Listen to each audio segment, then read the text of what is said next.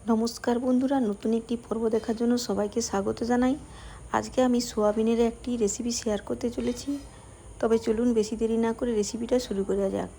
এখানে আমি ছোটো দানার সোয়াবিনটা নিয়েছি, ওই 100 গ্রামের মতো হবে সোয়াবিন। এটাকে এবার আমি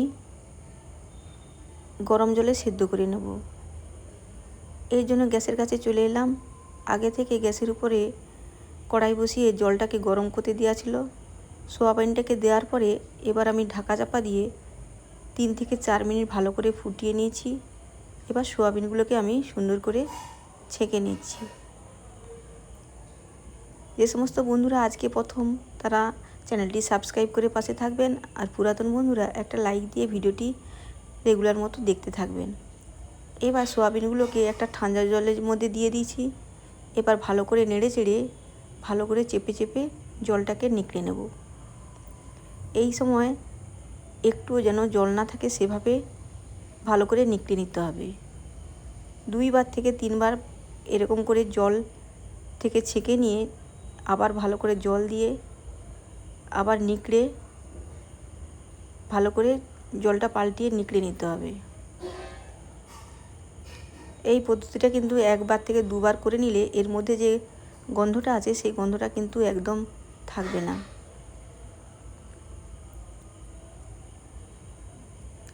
সোয়াবিনের রেসিপি আমরা তো অনেক রকম করে খেয়ে থাকি, তবে এইভাবে একবার বানিয়ে খাবেন, খেতে কিন্তু দারুণ লাগে আর একটু অন্য ধরনের হয়ে থাকে। কারা কারা এভাবে সোয়াবিনের রেসিপি বানিয়েছেন, কেমন হয়েছে তা কমেন্ট করে জানাবেন। আর যারা একদমও বানাননি তারা একবার এইভাবে বানিয়ে দেখবেন কেমন হয়, তাও কিন্তু জানাবেন। এবার ভালো করে জল নিগড়ানোর পরে একটা মিক্সি নিয়ে নিয়েছি। মিক্সিতে আমি সুন্দর করে একটা পেস্ট বানিয়ে নেব।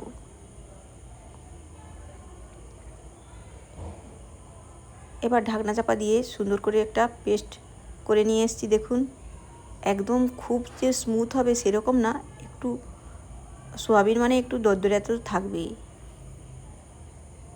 এবার এটার সঙ্গে আমি কিছু উপকরণ মিশিয়ে দেব। আমি কিছুটা ছানা গ্রেট করে রেখেছিলাম, ছানাটাকে দিয়ে দিলাম। এতে কিন্তু ফ্লেভারটা দারুণ আসে।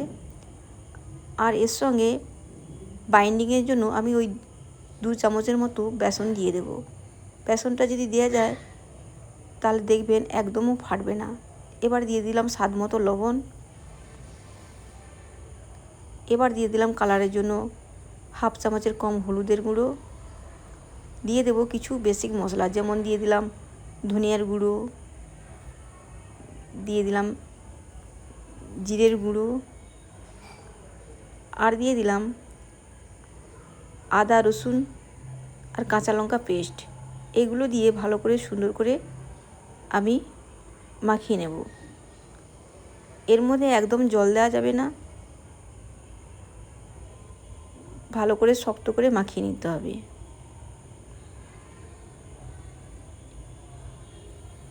আমি কি বানাতে যাচ্ছি আপনারা ঠিক বুঝতে পারছেন। আমি সোয়াবিনের মুইঠা আমি বানিয়ে দেখাবো। সুন্দর করে মাখানো হয়ে গেছে। এবার হাতে একটু তেল ব্রাশ করে নিয়েছি। এবার কিছুটা পরিমাণ সোয়াবিনের পেস্টটাকে নিয়ে হাতের সাহায্যে লম্বা লম্বা করে আমি শেপ দিয়ে নিচ্ছি। এটা আপনারা যেমন পছন্দ হবে সেভাবে শেপ দিতে পারেন। একটা আমার বানানো হয়ে গেছে। এবার একটা আমি প্লেটে রেখে দিলাম। এইভাবে আরেকটা আমি বানিয়ে দেখাচ্ছি।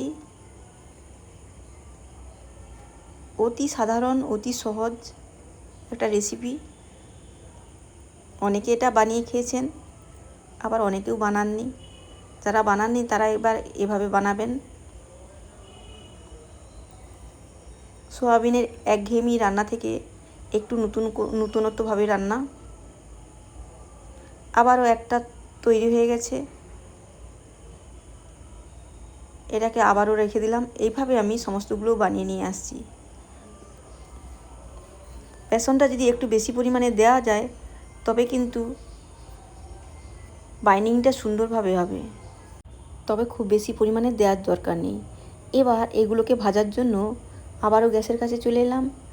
গ্যাসের উপরে একটা কড়াই বসিয়ে তেলটাকে সুন্দর করে গরম করে নিয়েছি। তেলটা কিন্তু খুব বেশি গরম করা যাবে না, তবে কিন্তু মুইঠাগুলো ভেঙে যাওয়ার সম্ভাবনা থাকে। এবার মিডিয়াম টেম্পারেচারে আমি মুইঠাগুলোকে কয়েকটা দিয়ে দিলাম। প্রথমে আমি সমস্তগুলো দিয়ে দেব না, দেখে নেব মুইঠাগুলো ভেঙে যাচ্ছে কিনা।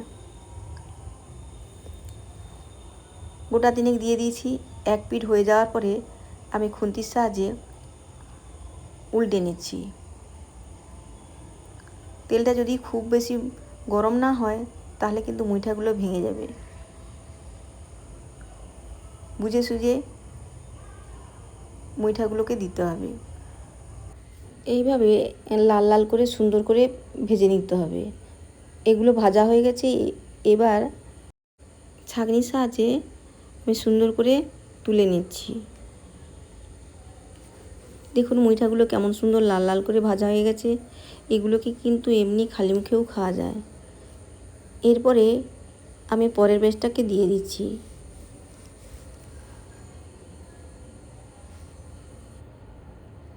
যেদিন বাড়িতে সেরকম কিছু থাকবে না, সোয়াবিন রান্নার ইচ্ছে হলে এভাবে একবার রান্না করে দেখবেন কেমন হয়। এদিকে আমার সমস্তগুলো ভাজা হয়ে গেছে।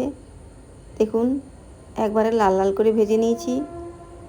এবার ওই তেলেই আমি একটা আলু লম্বা লম্বা করে কেটে রেখেছিলাম, আলুটাকে দিয়ে দিলাম। এবার ভালো করে খুন্তির সাহায্যে আমি লাল লাল করে ভেজে নেব।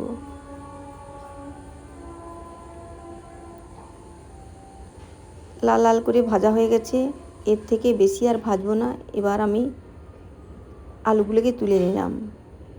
এবার ওই কড়াতেই আমি আবারও একটু তেল দিয়ে দিলাম। এবার তেলটা গরম হওয়ার পরে আমি কিছু ফোড়ন দিয়ে দিলাম। এতে আছে সামান্য পরিমাণ দারুচিনি, এলাচ, লবঙ্গ আর একটা তেজপাতা কেটে দিয়ে দিলাম। আর কিছুটা দিয়ে দিলাম আদা রসুন কাঁচা লঙ্কার পেস্ট। এখানে আপনারা শুকনো লঙ্কার গুঁড়োও দিতে পারেন। এরপরে দিয়ে দিলাম একটা টমেটো পেস্ট। টমেটোটাকে আপনারা কুচি করেও দিতে পারেন। এবার সমস্ত কিছু দেওয়ার পরে নেড়ে চেড়ে সুন্দর করে কষিয়ে নিলাম। এরপরে দিয়ে দিলাম সামান্য পরিমাণ হলুদের গুঁড়ো, দিয়ে দিলাম পরিমাণ মতো লবণ, হাফ চামচের কম দিয়ে দিলাম জিরের গুঁড়ো, দিয়ে দিলাম ধনিয়ার গুঁড়ো, আর কিছুটা পরিমাণ কালারের জন্য দিয়ে দিলাম কাশ্মীরি লঙ্কার গুঁড়ো। সমস্ত মশলাগুলোকে দেওয়ার পরে খুন্তির সাহায্যে সুন্দর করে নেড়ে চেড়ে কষিয়ে নিলাম। বেশ অনেকটা সময় কষানোর পরে এবার ভেজে রাখা আলুগুলোকে দিয়ে দিলাম। আলুগুলোকে দেওয়ার পরে আবারও খুন্তির সাহায্যে কষিয়ে নিলাম।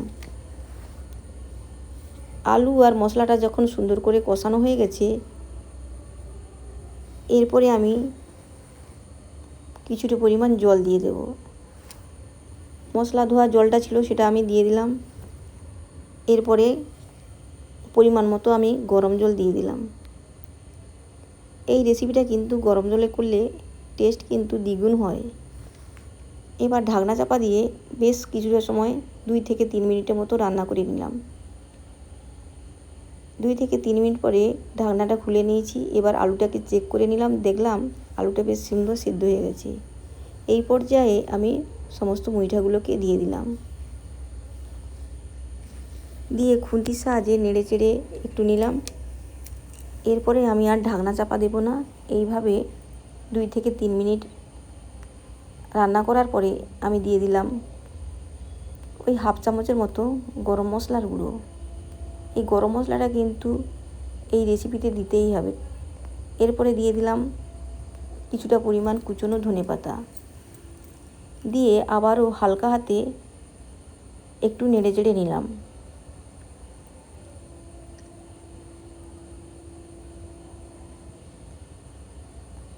এক থেকে 2 মিনিট রান্না করার পরে আমি গ্যাসের বার্নারটা অফ করে দিলাম। এবার ঢাকনা চাপা দিয়ে রেখে দেবো যতক্ষণ না পরিবেশন করছি ততক্ষণ পর্যন্ত। 2 থেকে 3 মিনিট পরে ঢাকনা খুলে নিয়েছি। দেখুন তরকারির কালারটা কেমন সুন্দর আসছে, আর দেখেই কিন্তু জিভে জল চলে আসছে। এতক্ষণ যে সমস্ত বন্ধুরা ভিডিওটি দেখলেন তাদের অসংখ্য ধন্যবাদ। আজকের রেসিপিটা কেমন হয়েছে তা বন্ধুরা কমেন্টসে জানাতে একদম ভুলবেন না। যে সমস্ত বন্ধুরা আজকে প্রথম দেখছেন তারা চ্যানেলটি সাবস্ক্রাইব করে পাশে থাকবেন, এটা আমার একান্ত অনুরোধ। আর এরকম সাধারণ রেসিপি পাওয়ার জন্য আমার চ্যানেলটি সাবস্ক্রাইব করে রাখবেন। ভালো থাকবেন, সুস্থ থাকবেন। দেখা হবে আবারও একটা অন্য কোনো রেসিপির সঙ্গে। আজকে তবে আসি বন্ধুরা, টাটা।